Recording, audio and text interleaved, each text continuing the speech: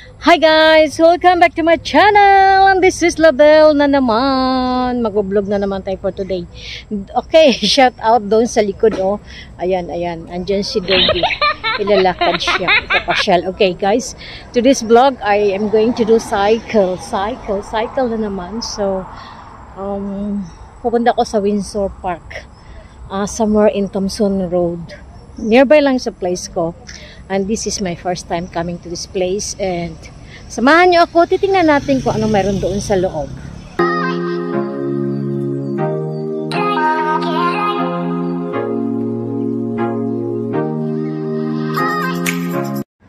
Okay, so we are here. Welcome to Windsor Nature Park. Magsa-cycling tayo doon sa loob. Tingnan natin kung ano meron doon sa loob. So, ito yung kanyang palibot.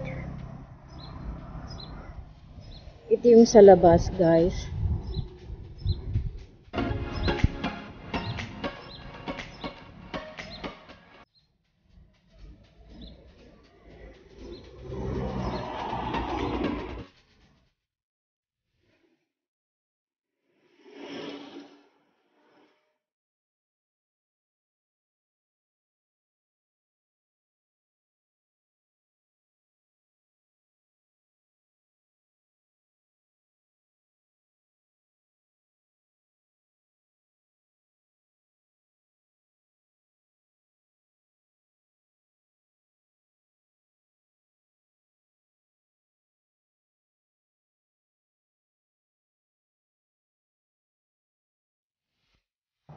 Guys, unfortunately, hindi pala pwedeng ipasok dito ang bicycle. So, I need to walk. Okay, mag-hike ako ngayon. Walking. So, ayan, oh. Maganda siya sa loob. So, from the main gate, iikot tayo doon. Guys, samahan niyo ako, guys. Papawis-pawis din pag may time.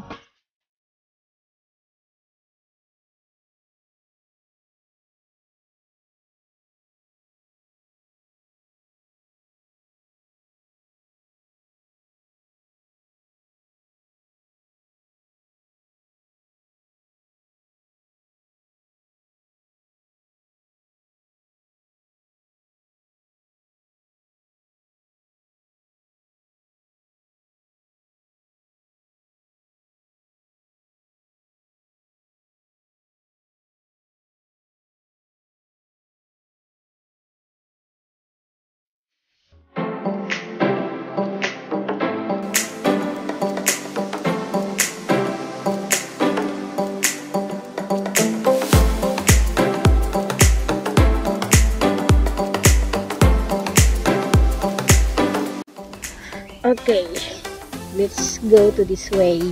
Kasi mayroon siya dito ang Venus Look, Haguana Trail, may Squirrel Trail. Tingnan natin. Okay, let's go. Ayan, medyo mahaba-haba yung ating lalakarin. Let's go! Ang sarap ng pakiramdam.